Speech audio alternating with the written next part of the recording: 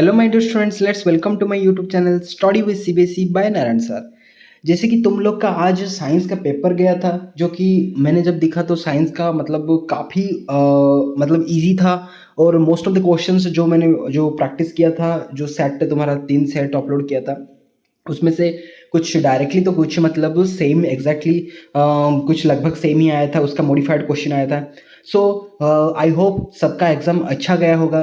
सबको तुम सब अच्छी मार्क डिजर्व करते हो, सो इसलिए तुम्हारा अच्छा रिजल्ट गया मतलब वो आएगा भी, और तुम अच्छा पेपर देकर आए होगे आई होप। सो तुम्हारा जो आज तो हो गया, तुम्हारा साइंस का एग्जाम खत्म हो गया, लेकिन नेक्स्ट तुम्हारा जो एग्जाम है वो तुम्हारा एसएसटी एग्जाम है। नेक्स्ट तुम्हारा एसएसटी एग्जाम है, जो कि 20 को, सॉरी आज तो 20 है, 25 को।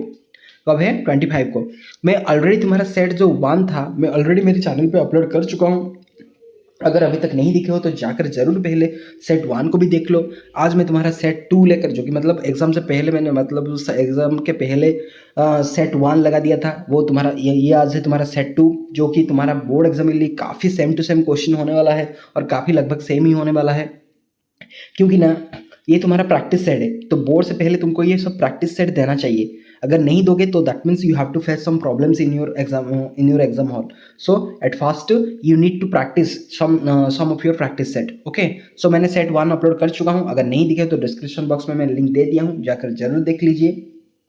और आज ही सेट 2 मैंने मतलब हर दिन की तरह आज भी बोल रहा हूँ, पहले जो कुछ भी मैंने एमसीक्यू कर रहा हूँ, पहले तुम वीडियो को पॉज करके खुद करने के लिए कोशिश करो, उसके बाद ही तुम आंसर को चेक करना। अगर आंसर मतलब कितना क्वेश्चन तुम्हारा सही हो रहा है मुझे कमेंट सेक्शन पे जरूर बताना। अगर मतलब कुछ मतलब तुम ऐसे करने से ही तुमको पता चलेगा कि तुम्हारा कहाँ पर अभी कमी है, और किसको मतलब कौन सी पार्ट को तुमको अभी रेक्टिफाई करना है। Okay, so without wasting our time let start our video. अगर चैनल को अभी तक सब्सक्राइब नहीं की हो तो जल्दी सब्सक्राइब करके ऑल नोटिफिकेशन पे क्लिक कर दो, और लाइक बटन पे क्लिक करके तुम्हारे दोस्तों के साथ भी शेयर कर दो। ओके, सो देखो ये तो था हमारा सेट 2। देखो उसका हम देखते हैं, उसका पहला वाला क्वेश्चन, फास्ट क्वेश्चन क्या है। थोड़ा सा हम जूम कर लेता हूँ। सो फास्ट क्वेश्चन एक पिक्चर बेस्ड टाइप का है। Look at the given picture and picture carefully and infer the income of the bank. So यहाँ पर 4 ऑप्शन दिया है, यहाँ पर कुछ डिपॉजिट और बैंक ऐसा ही कुछ एक पिक्चर दिया है। उसका ऑप्शन है the difference between the amount deposited and borrowed by bank to the Reserve Bank of India. Second option है the difference amount of interest between what is charge from the borrowers and what is paid to the depositors. Third option है the difference of interest rate between what is charge from the borrowers and what is charge from the depositor, या difference between the amount deposited bye the depositor and borrowed by the borrower. So उसका correct option कौन सा होगा? Option B is your correct answer, the difference of amount of interest between what is charge from the borrowers and what is paid to the depositors.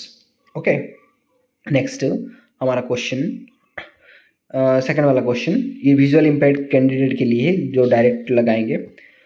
What do the lenders often require the collateral before lending loan? Choose the most suitable option from the following. Okay, to lower interest rate of the borrowers, to establish the personal relationship, to increase their profit margins, या to mitigate the risk of the loan default. Option कौन सा option सही होगा? Option D. Okay, next, which of the following are the development goals of a prosperous farmers? Choose the correct from of the given option. सो वहाँ से कौन सा option सही होगा? सो 1 पॉइंट दिया है बेटर वेजेस, सेकंड पॉइंट दिया है higher support price for the crops, third price दिया है assured high family income, fourth दिया है more days for work. So कौन सा हमारा सही है? हमारा जो मतलब higher support price for crops, एक है एस्यूर्ड हाई फैमिली इनकम्स। ये दोनों ही डिपेंड करता है development goals of a prosperous farmer. So 2 and 3 कहाँ पर है? Option C. Next, which of the which one of the following is an example of organized sector activity? Organised sector का activity पे मतलब गवर्नमेंट एम्प्लॉय का कौन सा एक एक्टिविटी है? A farmer irrigation his field, no, ये मतलब अनऑर्गेनाइज है। ए हैंडलूम वेवर्स, नो, ये भी हैंडलूम मतलब कभी होता होगा तो कभी इनकम नहीं होगा। A head load workers carrying cement, no. A teacher taking classes in the government school, yes, अगर गवर्नमेंट का एम्प्लॉय है तो उसका ऑर्गेनाइज है, क्योंकि ना उनका सेफ एंड सिक्योर है, organise means. Choose the correct option to fill in the blanks, removing the barriers to restrict on business and trade set by the government is different. So कौन सा different है? A restriction business and trade of the government is called what? Liberalization. उसका correct option क्या है? Liberalisation. Next तुम्हारा fourth page जो 6 number का question, which one of the following indices is given priority of the world bank with respect to the development? So world bank किसके ऊपर depend करता है? Per capita income. क्या होगा? Per capita income. Next, suppose the monthly income of the family members as follow: mother 50,000, father 40,000, son 20,000, daughter 20,000. The average income of the family would be, so average means क्या? मतलब mean निकालना है तुमको। ये चारों को ऐड कर दोगे, उसके डिवाइड बाय 4 कर दोगे। सो 50 प्लस 40 90, 20 110 20 130 130 130 डिवाइड बाय 4। सो क्या हो जाएगा? 32,500 is your answer. Next, what role do checks and balance play in a democratic country, and choose the most suitable option from the following? उसमें से कौन सा ऑप्शन सही होगा? To establish a direct form of the government without representatives, to create a separation of powers to prevent from the authoritarianism, to prevent any change of the constitutions, yet to ensure the absolute power for one branch of government. सो तुम्हारा कौन सा option सही होगा? To create a separation power to prevent from the authoritarianism, option B. Next, which one of the following countries is the two party system? UK, China has one party system, India has multi party system, Pakistan is also has a two party system. Next, which of the following was the primary objective of Belgium in the form of a separate government of Brussels? So कौन सा एक primary objective है? Promoting the cultural events? No. Managing the international relations? No. Enforcing the local laws? No. Ensuring the linguistic accommodation? Yes. Next, read the given statement. India has no official religion? Yes. All the communities have freedom to process of the practice any religion in India? Yes. Which one of the following question? Religion मतलब जो कोई भी religion को लेने को उसका definition क्या है? सेक्युलर है, सिंपल। अगर डिफरेंट लैंग्वेज होता है तो लिंग्विस्ट होता है। नेक्स्ट तुम्हारा 12 number question, match the following column and column 2 from this, choose the correct option. So देखो यहाँ पर कौन सा होगा? Union list subject. So union list subject क्या होगा? For the uniformly central government of the legislature on it. Then state list subject, ये state government alone make the laws on it. Concurrent list means जो मतलब दोनों के पास power होता है, subject under the jurisdiction of central and state government. And residuary subject means central government legislative on the new subject. Yes, option D is your correct answer. Next, which one of the following terms refers to the belief in the advocacy for the social and political and economic equality for the women? ये क्या होगा? feminist. Next, identify the soil with the help of the following information. It develop the areas with high temperature. Okay. Next, मतलब high temperature पे तो lateritic soil होता है। देखो और दो condition, it is the result of intense of leaching due to the heavy rain. Yes, ये भी लैटरेट सेल का एक प्रॉपर्टी है। Humus content is low. Yes, so तीनों ऑप्शन लैटरेट सेल का है, एक एक प्रॉपर्टी है। So 15th one, read the following statement and choose the correct option with regard of the rabi cropping season from the following and choose the correct option with regard. So देखो rabi crop में कौन सा सही होगा? Rabi crops are sown in winter. Yes, after kharif crop rabi crop should be sown sown from the October to December and harvested from April to June. Yes, it's the totally opposite of Kharif crop. Important crops maize, cotton, jute, no, means all are the Kharif crop. ये नहीं होगा, option 3 नहीं होगा। So option 3 जहाँ जहाँ पर है उसको एलिमिनेट कर दो। सो यहाँ पर ऑप्शन 3 है, यहाँ पर ऑप्शन 3 है, यहाँ पर ऑप्शन 3 है, तीनों एलिमिनेट हो गया तो बचा एक। So option C is our correct answer. Next 6th one, so sorry not 6th one, 6th page 16th one, choose the correctly matched pair. मतलब यहाँ पर सर कौन सा करेक्टली मैच होता है? फेरस नेचुरल गैस, नो, ये तो कभी नहीं होगा। नॉन फेरस निकल, नो, ये भी नहीं होगा। Non metallic mineral limestone, yes limestone होगा, option C. Energy minerals cobalt, no. Next, which one of the following pairs regarding the Indian nationalism is correctly matched? So इसमें से कौन सा नेशनलिज्म करेक्टली मैच होता है? ओके, सो क्या दिया है? मतलब सरदार पटेल से, सरदार पटेल क्या है? Hindustan socialist republican army, no. Bhagat Singh Swaraj party, no. C R Das Bardoli Satyagraha, no. Jawaharlal Nehru oath Kisan Sabha, yes, option C is our correct answer. So देखो next, assertion reason, the most serious source of the nationalist tension in the Europe after 1871 was the Balkans. Reason दिया है, a large part of the Balkans was under the control of Ottoman empire. Yes, दोनों सही है, correct explanation of A, option A. Next जो दिया है 7th number, sorry 20th number, from which of the following countries Giuseppe Garibaldi belong to. Giuseppe Garibaldi कहाँ से belong करते हैं? इटली। यूनिफिकेशन ऑफ इटली का मेन मेजर रोल था उनका। नेक्स्ट तुम्हारा आता है 2 क्वेश्चंस। देखो ये सब का क्वेश्चन मैं तुमको नहीं कर पाऊंगा, सिर्फ जो जो मतलब 2-3 मार्क ही तुमको आंसर शो कर दूंगा, और बाकी के 5 मार्क बताऊंगा तो बताऊंगा, लेकिन उसके साथ भी कुछ इंपॉर्टेंट चीज़ें भी बताऊंगा। देखो तुम्हारा एसएसटी जो एग्जाम है ये वाला तो क्वेश्चन करोगे, ये सब गारंटी नहीं, मतलब कोई भी नहीं जानता है बोर्ड एग्जाम पे मतलब एग्जैक्टली पूरा का पूरा क्वेश्चन क्या है। सो दैट मीन्स हम मतलब सिर्फ इंपॉर्टेंट क्वेश्चन मैं बताता हूँ, सुनो। सो तुम्हारा जो चैप्टर 1 का जो हिस्ट्री है, वो चैप्टर 1 का क्या क्या प्रैक्टिस करोगे? नेपोलियनिक कोड प्रैक्टिस करोगे। मैं जो जो बोलता हूँ ध्यान से सुनो, अगर पॉइंट मतलब पेन है तो नोट कर लो, ये वाला इसमें से ही आएगा। नेपोलियनिक कोड है। सेकंड वाला क्वेश्चन है तुम्हारा यूनिफिकेशन ऑफ इटली। थर्ड वाला क्वेश्चन है यूनिफिकेशन ऑफ जर्मनी। फोर्थ वाला क्वेश्चन है तुम्हारा great Britain. Okay, so first chapter का ये चारों हो गया। उस चार को ध्यान से प्रैक्टिस करो, अगर अभी तक नहीं है तो पहले उस चारों को प्रैक्टिस करो। सेकंड चैप्टर का आता है जो nationalism in India. Nationalism India पे क्या क्या प्रैक्टिस करोगे? नॉन कोऑपरेशन ऑफ इंडिया, मतलब गांधी जी का रोल क्या था, वो वाला एक चैप्टर हो गया। उसका क्या इफेक्ट हुआ था, मतलब वो वाला के क्वेश्चन हो गया। नॉन कोऑपरेशन ऑफ इंडिया का थॉरोली उसको प्रैक्टिस कर लोगे, उसका जो कुछ भी गांधी जी का रोल क्या था, क्या क्या इम्पैक्ट हुआ था। उसके बाद जो सिविल डिसोबीडेंस मूवमेंट आता है, जो सिविल डिसोबीडेंस मूवमेंट हो, या तो फिर मतलब उसका तीनों नाम है, सिविल डिसोबीडेंस मूवमेंट, सॉल्ट सत्याग्रह, दांडी मार्च, ये 3 में से कुछ भी वो पूछ सकता है। मतलब सेम ही है, उसका तीनों का आंसर सेम है। एसएसटी मतलब सिर्फ तुम एक कंसेप्ट को प्रैक्टिस करो, और उसके बाद तुम मतलब उस कंसेप्ट को जैसे मॉडिफाइड क्वेश्चन आता है उस कंसेप्ट को ही डाल दो एग्जाम पे, तुम्हारा अच्छा रिजल्ट ही आएगा। नहीं आएगा तो मुझे बताओगे। ओके, सो सेकंड वाला है सिविल डिसोबीडेंस मूवमेंट, फर्स्ट वाला हो गया तुम्हारा नॉन कोऑपरेशन मूवमेंट, थर्ड वाला है जो तुम्हारा क्या, जो चौरी चौरा इंसिडेंट, फोर्थ वाला तुम्हारा हो गया क्या, जालियानवाला मासाकर के ऊपर पढ़ोगे, फिफ्थ वाला हो गया क्या, साइमन कमीशन के ऊपर पढ़ाई करोगे। ओके, साइमन कमीशन के ऊपर पढ़ाई करोगे। नेक्स्ट सिक्स्थ वाला हो गया, सिक्स्थ वाला तुम्हारा हो गया जो कि मतलब राउंड टेबल कॉन्फ्रेंस के बारे में पढ़ाई करोगे। सेवन्थ वाला तुम्हारा हो गया जो कि मैंने सेकंड चैप्टर का बता रहा हूँ। ओके, सेकंड चैप्टर का बता रहा हूँ। सेवन्थ वाला तुम्हारा हो गया राउंड टेबल कॉन्फ्रेंस के बाद पढ़ाई करने के बाद तुम उसका जो मतलब पढ़ोगे, जो क्या, INC sessions, INC Indian National Congress का जो सेशन होता है, मतलब पूर्ण स्वराज का डिमांड हुआ था 1929 पे लाहौर सेशन पे हुआ था। ये सब जो आईएनसी का सेशन हुआ था ना, उसके बारे में मैं जो कुछ भी बता रहा हूँ वो लॉन्ग टाइप का क्वेश्चन, अगर इस लॉन्ग टाइप का क्वेश्चन प्रैक्टिस कर लोगे तो तुम्हारा 2 मार्क 3 मार्क सब कुछ कवर हो जाएगा। नेक्स्ट, और नेक्स्ट वाला हमारा आ गया प्रिंट कल्चर।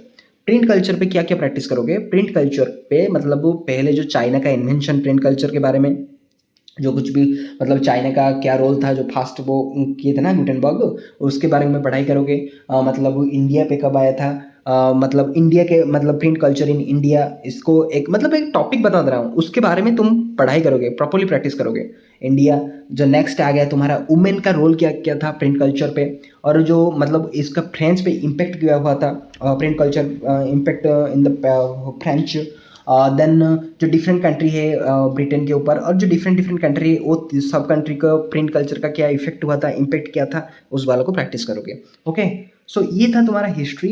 मैं जितना भी बता दिया उसको तुम थरोली प्रैक्टिस करो, अगर कोई भी सेट में नहीं आया तो मुझे बताओगे। ओके, ये गारंटेड क्वेश्चन है, ये इसमें से तुम्हारा कोई ना कोई एक सेट में उसमें से क्वेश्चन आएगा ही आएगा। ओके, ओके, सो ये था तुम्हारा जो मतलब कुछ इंपॉर्टेंट क्वेश्चन मैंने तुमको बता दिया तीनों चैप्टर, मतलब हिस्ट्री का जो तीनों चैप्टर पे, और जो बाकी सब आएगा मैं तुम्हारे लिए जो लाऊंगा, 2-3 सेट और भी लाऊंगा जो तुम्हारे प्रैक्टिस सेट के लिए तुम्हारे एसएसटी एग्जाम के अंदर।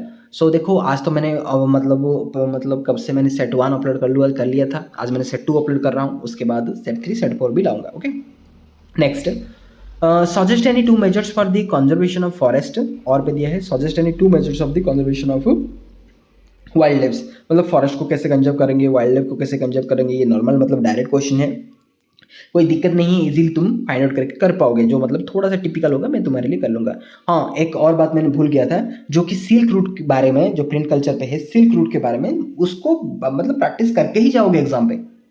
ओके, यहाँ पर भी दिया है सिल्क रूट, और मैं बोल भी दे रहा हूँ सिल्क जो कुछ भी मैंने अभी बताया नोट कर लो, और उसको पहले जाकर प्रैक्टिस करो, क्योंकि ना वो वाला ही क्वेश्चन तुम्हारे एसएसटी एग्जाम पे गारंटेड है। ओके, और जो कुछ भी मैंने तुम्हारे लिए सेट कर रहा हूँ उसको भी ध्यान से पॉइंट आउट करो, उसको प्रैक्टिस करो और एग्जाम पे जाकर अपियर करो। Okay, suggest any two measures, ये मतलब जो 21 का जो दो है इजी है, तुम नोट डाउन कर लो, उसका आंसर खुद निकाल कर प्रैक्टिस करो, क्योंकि ना वो डायरेक्ट एनसीईआरटी क्वेश्चन है। The silk root was a good example of a vibrant pre modern trade and cultural link between the distant part of the world. Explain the statement with any two examples. देखो मैं यहाँ पर show किया हूँ silk route तुम्हारा है। The silk route are the good examples of vibrant pre modern world trade and cultural link between the distant part of the world. Next, the name of the Silk Route points to be the importance of the world-bound Chinese silk categories along this route. Third है, historians have identified the several silk routes over the land and by the sea knitting together of the region of Asia and linking Asia with the Europe and North Africa. So देखो ये वाला मतलब history का तुमको answer show करना जरूरत नहीं है, क्योंकि ना तुमको सिर्फ क्वेश्चन चाहिए, क्योंकि ना ये वो साइंस की या मैथ नहीं है, तुमको सॉल्यूशन चाहिए, और इंग्लिश नहीं है जो कि तुम्हारा उसका एक्सप्लेनेशन चाहिए, क्योंकि ना एसएसटी सिर्फ तुम खुद डायरेक्ट क्वेश्चन ही आता है, मतलब थोड़ा सा मॉडिफाइड आता है, तुम खुद ही ढूंढ पाओगे। ओके, मैं कुछ कुछ का आंसर कर लेता हूँ। Next, why is the horizontal distribution of power sharing important, explain. So उसका क्या क्या आंसर होगा? Does it maintain the balance of power, works check and balance and any other relevant points. Okay, भी तुम लिख सकते हो, एनी अदर रिलेवेंट पॉइंट जरूरत नहीं है वो, मतलब तुम कुछ और भी लिख सकते हो। Does it maintain the balance in power, works as check and balance. Okay, ये सब था तुम्हारा हॉरिजॉन्टल पावर शेयरिंग का कुछ important fact. Organised and unorganised sector, देखो ये वाला तुम मतलब वो तुम ट्रिपल स्टार मार्क करके रख लो।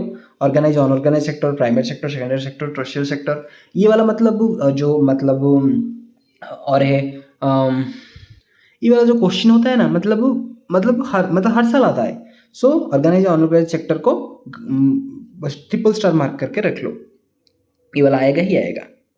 देखो यहाँ पर मैंने तुम्हारे लिए कुछ पॉइंट शो कर लिया हूँ ऑर्गेनाइज अनऑर्गेनाइज सेक्टर का, जो तुम 2 मार्क हो, 3 मार्क हो, 4 मार्क हो, जितना मार्क भी आए तुम लिख सकते हो।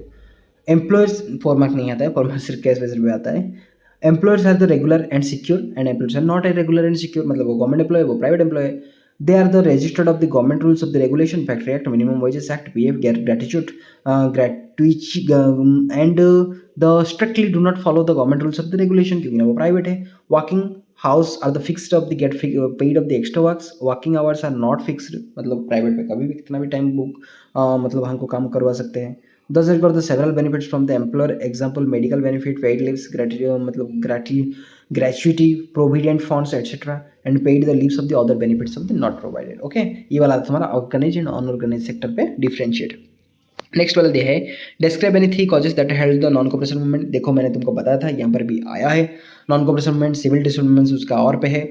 ये वाला मतलब प्रैक्टिस करके ही जाओ, नहीं तो मतलब बहुत बड़ा प्रॉब्लम फेस करोगे। मैं जो कुछ भी बोल रहा हूँ अगर प्रैक्टिस करके जाओ मतलब आएगा ही आएगा, मैं गारंटी के साथ बोल रहा हूँ। The industries have the underground of the significance of the change due to the advancement of the technology and shifts in the consumer preference and justify the statement। देखो सो क्या होता है इंडस्ट्री का rapid development of the technology has the revolutionized production process, making them more efficient and cost effective consumers। Second वाला point है customers oriented products in the market due to the advancement in technology. Third है telecommunication infrastructural development in automobile industry effect the technological development. Okay, next formal sector sorry how do the political parties function within a democratic system, explain. So क्या होगा? Political parties is the exercise the political power from the government. Next है political parties content the election and parties out the forward difference of the policies and programmes. Okay, next जो है formal sector credit better than the informal sector give argument. देखो ये वाला भी तुम्हारा direct NCERT question है, ये वाला भी तुम ट्रिपल स्टार मार्क करके रख लो, क्योंकि ना फॉर्मल इनफॉर्मल सेक्टर का एक मतलब बहुत बड़ा इंपॉर्टेंट, मतलब ये एग्जामिनर का फेवरेट है, ये वाला क्वेश्चन ही हर साल लाते हैं। Next, how is the issue of sustainable development of the important develop. जो कुछ भी मैंने यहाँ पर करवा रहा हूँ उसको मतलब स्किप ही मत करो, वो ध्यान से जाकर पढ़ाई करो, आएगा ही आएगा, मतलब वो गारंटेड क्वेश्चन है। नेक्स्ट देखो लॉन्ग टाइप क्वेश्चन का how did ideology liberalism effect the Europe of 19th century, ये एनसीईआरटी क्वेश्चन है। देखो ग्रेट ब्रिटेन आ गया, बताया था ना पहला फर्स्ट चैप्टर का, मतलब ये एग्जामिनर का फेवरेट क्वेश्चन है, या तो फिर ग्रेट ब्रिटेन या तो फिर unification Italy, Germany, Napoleonic code, ये वाला मतलब वो उसको छोड़ते नहीं है वो कभी भी। देखो तुम जितना भी प्रीवियस ईयर पेपर दिखना है, पीवाई के पेपर दिखना है, देखो जितना चाहते जितना तुम्हारा मर्जी है उतना देख लो, ये वाला क्वेश्चन से ही आया होगा मैं जो कुछ भी बता रहा हूँ। और जो मैप पॉइंट है हिस्ट्री का, जो तुम्हारा जो मैप पॉइंट होता है ना 2 मार्क, हिस्ट्री का मैप पॉइंट 2 मार्क मैंने डिस्क्रिप्शन बॉक्स में एक मैप पॉइंट वाला क्वेश्चन, ज़्यादा नहीं, सिर्फ 8 मैप पॉइंट ही किया हूँ। ये सिर्फ 8 क्वेश्चन ही दिया हूँ तुमको, ज़्यादा क्वेश्चन नहीं दिया हूँ, 8 क्वेश्चन दिया हूँ। डिस्क्रिप्शन बॉक्स में लिंक है मैप वर्क के लिए, वो 8 क्वेश्चन को जाकर थोड़ा सा ज़्यादा मतलब नहीं, सिर्फ 10-12 मिनट का वीडियो है, वो जाकर देख लो। सिर्फ 8 क्वेश्चन है, वो 8 क्वेश्चन में से 2 मार्क 300% मैंने गारंटी इसके साथ बोल रहा हूँ, वो 8 क्वेश्चन में से 2 क्वेश्चन आएगा ही आएगा, मतलब जो हिस्ट्री का। ज़्यादा नहीं, सिर्फ 10 मार्क 10 मिनट ही दो, चाहे तो 2x स्पीड पे भी देख सकते हो। मतलब मैप वर्क का मतलब मैं डिस्क्रिप्शन बॉक्स में लिंक दे दिया हूँ, सिर्फ 8 मैप पॉइंट है, इजीली याद रख लोगे। उसमें से 2 मार्क 300% गारंटी आएगा ही आएगा। मैं जो बोल रहा हूँ उसको ध्यान से सुनो, करो, नहीं आए तो मुझे बताओगे कमेंट वर्क में, मैं यहाँ यहीं पर ही हूँ। नेक्स्ट देखो जो दिया है, how is the per capita income elasticity constitute the index development, explain with the example. ये मतलब एनसीटी क्वेश्चन है, डायरेक्ट प्रैक्टिस कर लोगे। Explain with an example significance of the uses of non conventional source of energy, ये भी direct है। Analyse the positive outcome of democracy, analyse the political outcome of democracy, okay ये हो जाएगा। मतलब जो डायरेक्ट क्वेश्चन है, मैं क्यों तुम्हारे करके तुम्हारा एक्सप्लेन करके तुम्हारा टाइम वेस्ट करूंगा, सो इसलिए मैं छोड़ दे रहा हूँ। Globalisation is the process of rapid integration of interconnection between the countries, explain the statement with example. उसका और वाला भी मतलब तुमको इजीली वो मिल जाएगा ये वाला क्वेश्चन। नेक्स्ट दिया है तुम्हारा केस बेस्ड क्वेश्चन, क्योंकि ना तुम्हारा जो केस बेस्ड क्वेश्चन होता है एसएसटी का, वो ज़्यादा डिफिकल्ट नहीं होता है, ये साइंस मैथ नहीं है कि ज़्यादा डिफिकल्ट होगा, वो मतलब ईजी आता है। ओके सो ये वाला तुम्हारा केस अच्छी तरीके से पढ़ाई कर लो, मतलब पढ़ लो उसको, पैराग्राफ को, वीडियो को पॉज करके। उसके बाद नेक्स्ट जो तुम्हारा है क्वेश्चंस, उसका जो क्वेश्चन है उसको भी थोड़ा सा ध्यान से पढ़ लो, उसमें आंसर निकाल कर खुद करने के लिए कोशिश करो। नेक्स्ट ये जो दिया है, देखो ये वाला भी और एक केस है, उसको भी पढ़ो और उसका क्वेश्चन अटेम्प्ट करने के लिए ट्राई करो। नेक्स्ट और एक थर्ड केस है, उसको भी पढ़ो और ट्राई करो। नेक्स्ट देखो मैं मैप वर्क है, ये वाला तुम्हारा केस था, पढ़ो और करो। नेक्स्ट मैप वर्क में जाएंगे, देखो मैप बेस्ड स्किल्स, ऊपर वाला दिया है, two places, the places where Mahatma Gandhi broke the salt law, civil disobedience movement, Dandi march, जो कुछ भी आता है उसका सेम ही आंसर है। The place where the session of Indian National Congress held in 1927, believe नहीं होता है तो जाकर मेरे मैप वर्क पे देख लो, डिस्क्रिप्शन बॉक्स में मैंने लिंक दे दिया हूँ। उस 8 क्वेश्चन में से ही ये 2 क्वेश्चन है, मतलब कुछ ज़्यादा नहीं है, सिर्फ 8 क्वेश्चन ही है, जाकर देखो वीडियो को, मैं गारंटी के साथ बोल रहा हूँ। तुम्हारा हिस्ट्री का जो 2 मार्क आता है ना, उस वाले मतलब 8 में से ही आएगा, 8 में से ही आएगा, उससे बाहर कुछ भी नहीं। ओके और जो दिया हीराकुद डैम तुम्हारा तो ओडिशा पे है, मुंबई सॉफ्टवेयर टेक्नोलॉजी पार्क, राजा संसी नारोरा न्यूक्लियर पावर प्लांट, देखो मैं तुमको शो कर रहा हूँ कौन सा कहाँ पर है। देखो ये बात तुम्हारा है कंप्लीट मैप, जो कि दांडी मार्च दिया है, सॉल्ट लॉ यहाँ पर है, दांडी सॉल्ट यहाँ पर है। और जो बी वाला दिया था, तुम्हारा जो बी वाला दिया था यहाँ पर, जो माड्रास पे हुआ था जो 1927 सेशन, और जो मतलब Narora nuclear power plant Hirakud dam हमारा उड़ीसा पे है, सॉफ्टवेयर टेक्नोलॉजी पार्क है यहाँ पर। ओके राजस्थान सी गुजरात ये सब कुछ है। और मैं अभी भी बता दे रहा हूँ, डिस्क्रिप्शन बॉक्स पे लिंक है उसका, जो सेट 1 का वीडियो, मैप वर्क का वीडियो, अगर नहीं दिखे हो तो जाकर जरूर लिख लीजिए, जरूर देख लीजिए। और मैं तुमको जो कुछ भी क्वेश्चन बोला था, मतलब हिस्ट्री का जो कंप्लीट बोल दिया था, उसको नोट डाउन करो, उसको पहले प्रैक्टिस करो, उसके बाद ये सब सेट को भी देखना, प्रैक्टिस करना। और मैप वर्क को तो जरूर देख कर जाना, क्योंकि ना वो 8 में से 2 मार्क को मैंने गारंटी के साथ बोल रहा हूँ, मतलब थोड़ा सा भी बिलीव करो। क्योंकि ना 10 मिनट का वीडियो है, ज़्यादा कुछ लंबे वीडियो नहीं है, सिर्फ 8 क्वेश्चन ही है, मैंने तुमको बताया हूँ यहाँ वहाँ पर। ओके वो 8 क्वेश्चन ही है, ज़्यादा कुछ नहीं है, वो 10 मिनट का ही वीडियो है, उसमें से 2 मार्क तुम्हारा हो जाएगा। ओके सो ये था मैं तुम्हारा कंप्लीट सेट 2 का पेपर। अगर वीडियो सच में अच्छा लगा तो वीडियो को लाइक कर दो, सब्सक्राइब जरूर कर दो, और ऑल नोटिफिकेशन पे क्लिक कर दो, क्योंकि ना मैं तुम्हारा और भी सेट लाऊंगा। तुम्हारा एसएसटी के बाद तुम्हारा हिंदी एग्जाम है, जो हिंदी बच्चों का हिंदी एग्जाम है, उसके लिए भी मैंने टॉपिक लाऊंगा। जो उसका हिंदी नहीं है वो डायरेक्ट उनका मैथ एग्जाम है 10 पे, उसके मतलब हिंदी पहले लाऊंगा, हिंदी के बाद, हिंदी खत्म होने के बाद तुम्हारा मैथ भी लाऊंगा। मैथ का बहुत सारा सेट करूंगा, बहुत सारा इंपॉर्टेंट एक्सपेक्ट करेंगे, important question sure short question करेंगे। उसके बाद मैथ के बाद जो कि मतलब उड़ीसा का स्टूडेंट है, उड़िया पेपर उनको लिए चाहिए, उड़िया का पेपर भी मैंने करूँगा। उसके बाद आईसीटी, मतलब जो उसके बाद आईसीटी ऑप्शनल सब्जेक्ट है, उसका भी पेपर लेकर आऊँगा, सब मतलब प्रैक्टिस सेट। सो सब कुछ मेरे को लाना है। सो उसके लिए तुमको एक सब्सक्राइब कर देना है, और ऑल नोटिफिकेशन क्लिक करके वीडियो को थोड़ा सा लाइक कर देना है, क्योंकि ना तुम्हारा सब्सक्राइब और लाइक करने से ही मुझको मोटिवेशन मिलेगा। Okay so thank you, wish you all the best, God bless you.